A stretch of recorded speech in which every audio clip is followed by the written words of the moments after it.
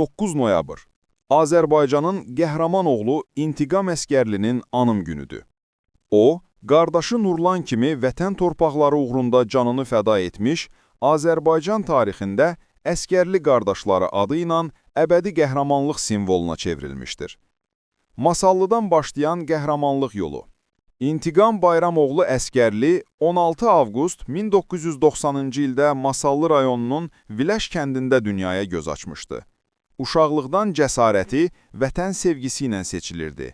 Qardaşı Nurvan Bayramoğlu Əskərli isə 3 dekabr 1995-ci ildə eyni kənddə doğulmuşdu.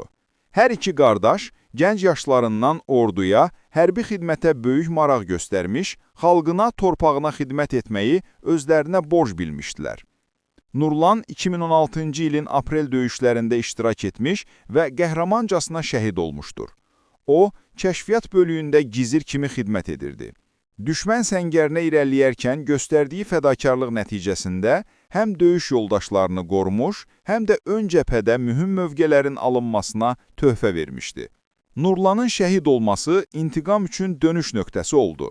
O, qardaşının yolunu davam etdirməyə, onun başladığı işi, yəni vətən torpaqlarının azadlığını başa çatdırmağa and içdi. Qisas andı və Şuşaya qədər uzanan döyüş yolu. İntiqam Əskərli 2014-cü ildən etibarən Azərbaycan ordusunun xüsusi təyinatlı qüvvələrində xidmətə başlamışdı. O, yüksək peşəkarlığı, döyüş hazırlığı və liderlik xüsusiyyətləri ilə seçilirdi. 2020-ci il 27 sentyabrda başlayan 2-ci Qarabağ müharibəsi zamanı İntiqam artıq təcrübəli bir xüsusi təyinatlı kimi ön xəttdə idi. Füzuli, Cəbrayıl, Hadrut və Şuşa istiqamətlərində gedən ən ağır döyüşlərdə iştirak etmişdi. Döyüş yoldaşlarının xatirələrinə görə o hər zaman ön sırada olur, ən çətin tapşırıqları könüllü şəkildə üzərinə götürürdü. Onun dəqiqliyi, soyuqqanlılığı və mərdliyi sayəsində bir neçə dəfə bölüyü puskulardan salamat çıxarmışdı. Şuşa əməliyyatı zamanı 9 noyabr 2020-ci ildə şəhərin azadlığı uğrunda gedən son döyüşlərdə İntiqam qəhrəmancasına şəhid oldu. O, qardaşı Nurlan kimi vətən torpağının azadlığı üçün canını fəda etdi. Vətən müharibəsi qəhrəmanı.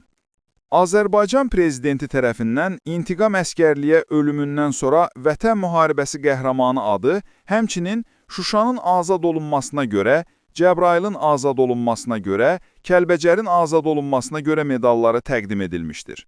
Nurlan Əskərli isə hərbi xidmətlərə görə və igidliyə görə medalları ilə təltif olunmuşdur. Ev muzeyi, qəhrəmanlara həsr olunmuş müqəddəs ocaq. Bugün Masallı rayonunun Viləş kəndində Əskərli qardaşlarının adını daşıyan ev muzeyi fəaliyyət göstərir. Bu muzey sadəcə bir ev deyil, burada iki igidin ruhu yaşayır. Divarlarda onların uniforması, döyüş jurnalları, ailə fotoları, qardaşların məktubları və son döyüşlərindən qalan əşyalar sərgilənir. Muzeyə ölkənin hər yerindən, Bakıdan, Gəncədən, Qubadan, Şamaxıdan, Qazaxdan insanlar gəlir, qəhrəmanlara ehtiram göstərir. Bugün 9 noyabr 2025-ci ildə də həmin ev ziyarətçilər arasında Fövqəladə Hallar Nazirliyinin Akademiyasının kursantları da vardı. Onlar Şamaxı və Quba rayonlarından gələrək qəhrəman qardaşların ruhu qarşısında baş əydilər. Nurlan və İntiqam Əskərli qardaşlarının xatirəsi xalqımızın yaddaşında daim yaşayacaq. Onlar həm vətən sevgisinin, həm də qardaşlıq andının simvoluna çevrildilər. Birinin şəhədəti digərini döyüşə səslədi. Digəri isə onun qisasını alaraq azadlıq yolunu tamamladı. Bugün onların adları məktəblərdə, küçələrdə, ürəklərdə yaşayır.